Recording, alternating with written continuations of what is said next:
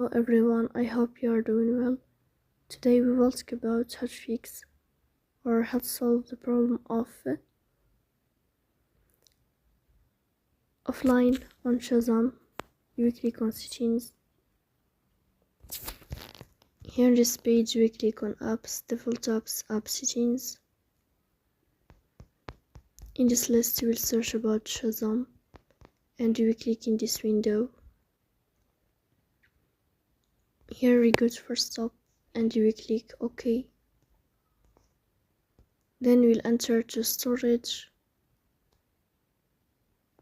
Here we click on clear cache. In the end you will turn off your phone and you will restart your phone again to fix that problem. So please don't forget to support us by like and subscribe. See you next time in another video and thank you for your